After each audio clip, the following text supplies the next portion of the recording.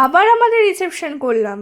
কেন করলাম সেটা তো জানতে হলে পুরো ভিডিওটা তোমাদের দেখতে হবে, শেষ অবধি দেখতে হবে।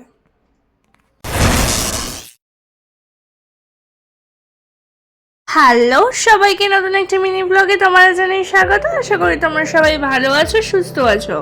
তোমাদের ভালোবাসায় আমি অনেক ভালো আছি। তোমরা রিসেন্ট আমার ভিডিও কিন্তু খুব ভালোবাসা দিচ্ছ, আর আমি এর জন্য তোমাদের কাছে খুবই কৃতজ্ঞ। আর এর জন্যই আমি এত ভিডিও বানানোর, প্রতিদিন একটা নতুন নতুন ভিডিও দেওয়ার চেষ্টা করি তোমাদের এই ভালোবাসার জন্য। আজকে আমি এক জায়গায় যাচ্ছি, সেটা তোমার আমার ভিডিও দেখেই বুঝতে পারছো। আর দিনটা ছিল বেশ মেঘলা মেঘলা, মনে হচ্ছিল বৃষ্টি আসবে। আর দেখো আমি এখানে বাগমোড় বাস স্ট্যান্ডেই চলে এসেছি। বাস দাঁড়িয়ে ছিল, তাও ভাবলাম অটোতেই যাব।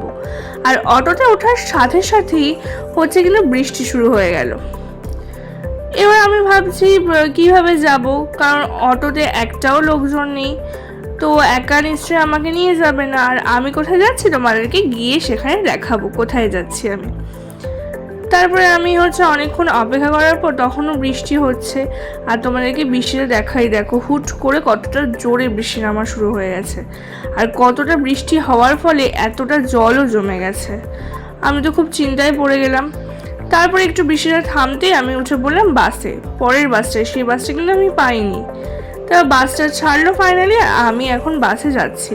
বাসে ট্রাভেল করা সেরকম একটা হয় না, কিন্তু বাসে আগে আমি ট্রাভেল করতে পারতাম না, এখন কিন্তু পারি। তারপর বাগমোড় থেকে বাসে উঠে এখন দেখো নয়াবাজার বাস স্ট্যান্ডে নেমে পড়লাম।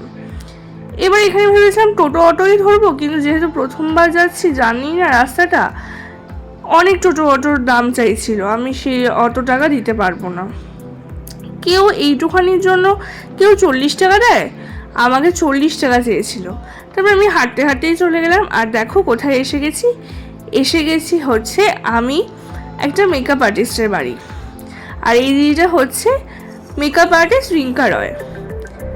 দিদি আমাকে ডেকেছিল মেইনলি একটা শ্যুটের জন্য, যে ব্রাইডাল রিসেপশন লুক ক্রিয়েট করবে আমার উপরে, এর জন্য। তারপর দেখো একটুখানি সাজার আগেই ফার্স্টে একটু পেটটা পুজো করে নিলাম, কারণ খিদে পেয়েছিল বেশ। আর মাংসটা কিন্তু দারুণ হয়েছিল, দিদি কিন্তু নিজের হাতে রান্না করে খাইয়েছিল। আর একটা দেখো, এই ভিডিওটা একটা ফানি ভিডিও শ্যুট হচ্ছে। তোমরা কিন্তু এই ভিডিওটা এডিট হয়ে গেলে দিদির প্রোফাইলেই দেখতে পাবে। তোমরা কিন্তু তোমাদের স্পেশাল দিনটা অবশ্যই দিদির কাছে বুকিং করতে পারো। তোমাদের আমি প্রোফাইলটা আমার যখন এই ভিডিওটা পোস্ট করব তখনই কিন্তু মেনশন করে দেবো দিদিকে। যখন আমার বিয়ের আগে, যখন আমি একটু রোগা ছিলাম, মানে আমি তো এখন ভীষণভাবে হেলদি হয়ে গেছি। আগে যখন আমি রোগা ছিলাম তখন খুব একটা এই লাইনে ইন্টারেস্ট ছিল না, মানে মডেল হব এই ব্যাপারে ইন্টারেস্ট ছিল না। বাট এখন রিসেন্ট প্রচুর ইন্টারেস্ট হয়েছে এই জিনিসটার প্রতি।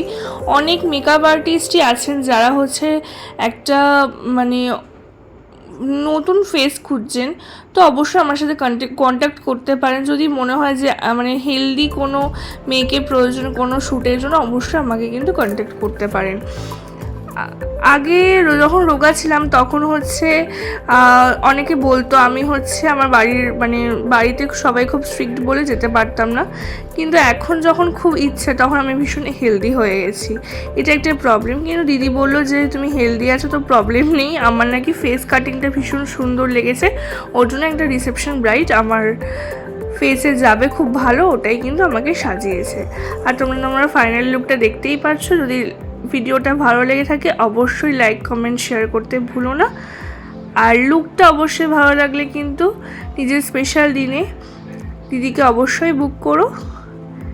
বাই সবাইকে, দেখা হচ্ছে নেক্সট ভিডিওতে।